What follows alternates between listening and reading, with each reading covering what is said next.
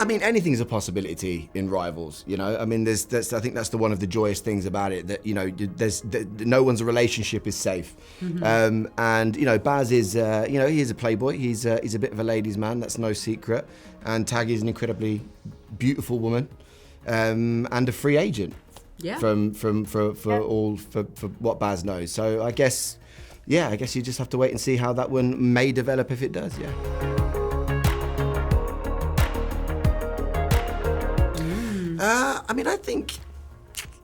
I just said, if there was a woman out there that could get Baz to change, I'm sure Taggie would probably be the one that could do it. Yeah.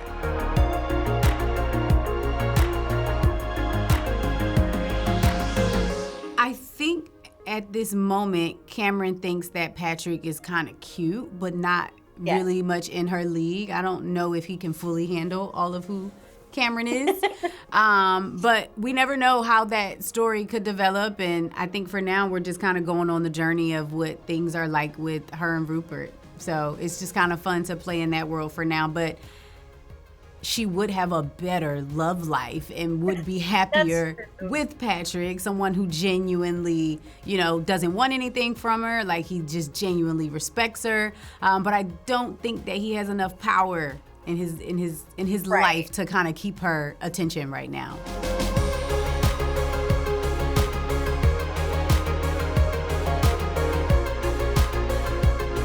I have an inkling, but I also I know what I do for him. You know, what I do for him sexually, what I do for him mentally, what I do for him as a business partner and a teammate.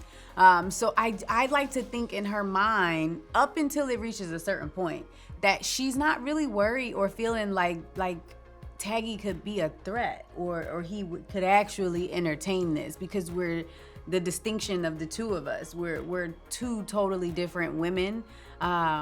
With Cameron having so much more experience in life and wisdom, and we like to think that we're each other's speed, and that doesn't always mean that it's going to be a success just because you can match each other's speed. But I don't think that she's of a concern until she is. Yeah. Immensely torn. I mean, I think the irony is that he is trying to be a better person and do the right thing because of Taggie's belief in his innate goodness, which he might not believe in himself. And in that lesson, in trying to do the right thing, it takes him away from Taggie and towards trying to look after Cameron because he promised to do so and because she's in an incredibly perilous position. Yeah. And he's also the kind of person who wants to rescue and wants to solve and wants to be a knight in shining armor. But it puts him in an extremely difficult position, yeah. I think he also he feels he should not pursue a relationship with Taggie because he will ultimately destroy her like he does all people that care about him. And the last person he wants to do that. He cares about her too much for his own personality to ruin her. Whereas Cameron's a really tough cookie, and also he's not invested emotionally in the same way, which is really painful in terms of their relationship. But, Yeah. well, that's where it gets to anyway, and then of course, you know, I don't know. There's lots of season to go, isn't there?